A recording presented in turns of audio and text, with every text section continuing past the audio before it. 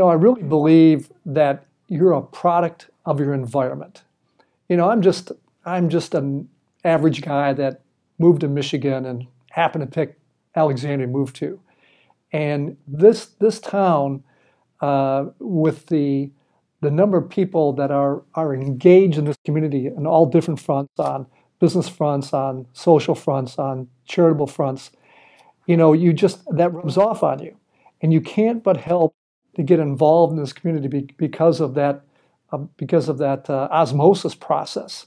And in my years here, my 40-some years here, I've met a whole lot of people that have really influenced me. And you can't but help to get drawn in to do things for the community because you see so many people around you doing the same thing. The things that inspire me to do what I do is that because I was so shocked that I was living at a time that a lot of these people were making history and I did not know. I became very close to Mr. Ferdinand Day, and he's about 95 years old now, and I wrote about him in a book that I published, co-authored last year, and he was so concerned about his passing, and he said, Char, I really want people to know after I'm gone what all the contributions that the African Americans made, and I'm afraid that once I'm gone, it will be forgotten. And I promised him, I said, Mr. Day, as long as I'm kicking, and I hope I live as long as you, I will make sure that people would know the contributions that people made. I think that I'm still not only pleased at being asked and then selected as a living legend, and of course I'm only 39, so I have a way to go before I get to be a real legend. But I think that it's just, again, it covers so much in the city, what the city has to offer and how people become involved. And I think that while you are doing all of the things that you're interested in or have been asked to participate, you never really say, oh, well, I'll probably be a living legend. That's not the point. The point is that you're doing what you hope is helpful to the community. That's the main thing.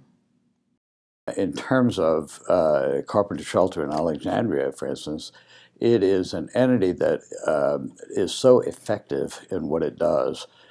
It tackles the extremely difficult issue of homelessness and takes people, some without hope, from that to returning to society, never to go back into homelessness again, having learned how not to be homeless, how to avoid the things that cause that in the first place, and how to gain in their lives so that they can avoid it. The statistics are, I love to repeat, because it has over a 90% success rate for people who go through the whole program, part of which is mandatory education, as well as a number of personally oriented training programs and educational programs. It is the shelter part is the physical part. That is not the part that really makes a difference. Is teaching people out of homelessness that really makes a difference, and Carpenters does that so well.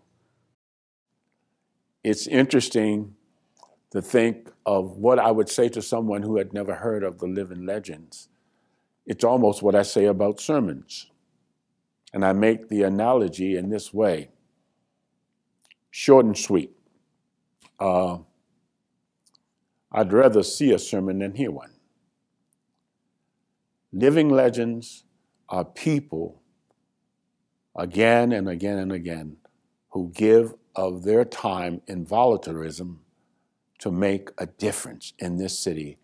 And it is a great city for volunteerism. And Living Legend, I believe, stand almost at the top of that list. It starts with wanting to help, whether you're a kid or an adult. And realizing that because of who you are and because you have some abilities, whatever they are, there is a way that those abilities can be used to help other people beyond just yourself. And it takes a little bit of effort, but not very much, to find out an organization in Alexandria that cares about the same things that you care about. And you don't have to make up a new program all by yourself. You can if you have the motivation. But if you just have the desire to help, it's not difficult to find an organization to become involved with that can bring you in slowly and say, here, you can work, hand out these cans of food to people that come up to the front of the line. And you begin to get an appreciation of the gratitude in people's faces and the gratitude in yourself when you realize that you are doing something that makes a difference. Allowing residents to be trained so that they could take back their community. We linked up with the Alexandria Police Department. We had residents trained, and we made block captains. We made site representatives. And during a time that there was a massive drug problem in the public housing sector located on North Alfred Street, the residents set out. They decided, we're going to take back our community. I think that was the most strongest evidence of a resident participation that could ever be. And that example then trickled down to other cities and other developments of public housing where the residents decided, we're not going to take this anymore. You're not going to be able to come into our community and invade our community with drugs. We're going to stand up against this. And they set out every Friday night. We had the police presence there. We had residents there. We had other community members there. We had ministers there. We had choirs there. Everyone wanted to be a part of this action whereby the residents declared, we're taking back our community. In my community service, I think that the one thing that I've always strived to do, and that is in building a board that's effective and one that's effective in working with both the administration at, like for instance, at Alexandria Hospital, or the staff at Senior Services.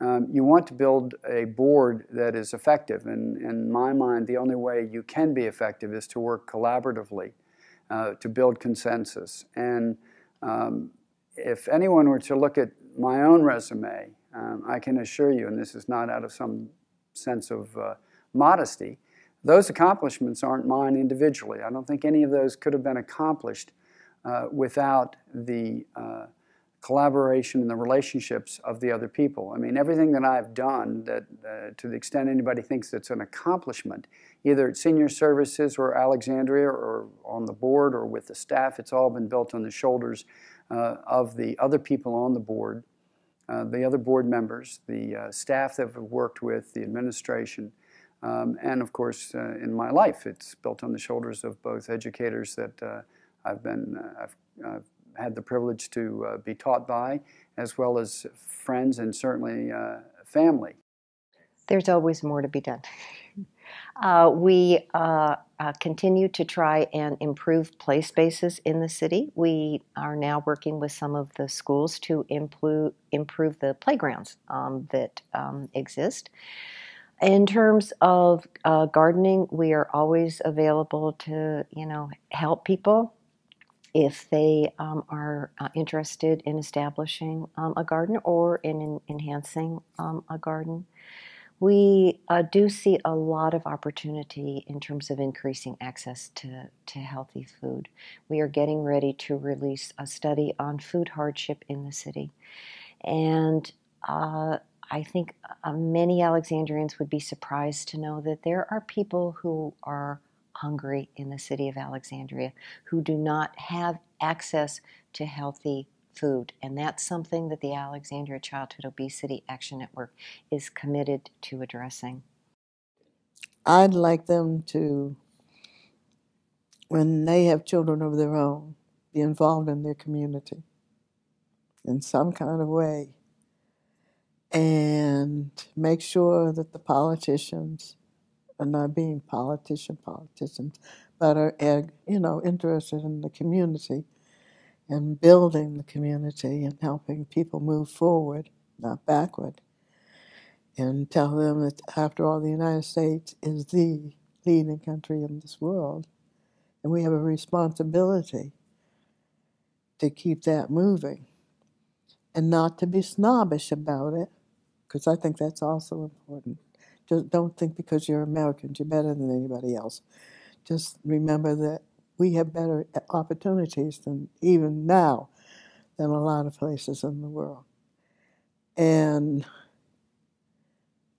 that this is a great country. They need to preserve it, and we need to preserve our leadership.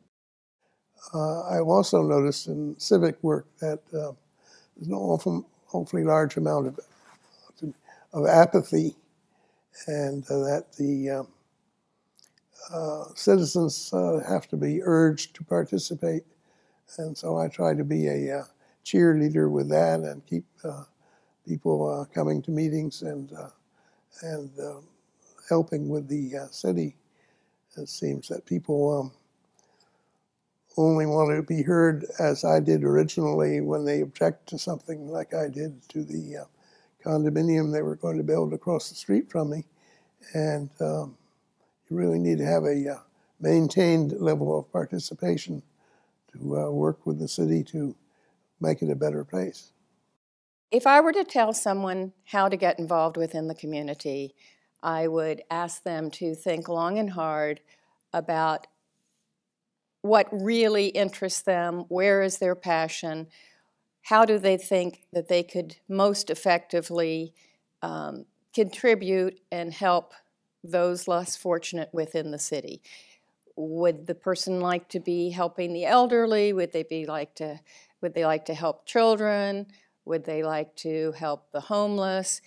Find a niche that really is an area that you think is important and where you can really impact lives and help them. And everybody's got to have a passion. You've got to contribute to society in some meaningful way. It's critical. We're here, put on earth, to help others wherever possible.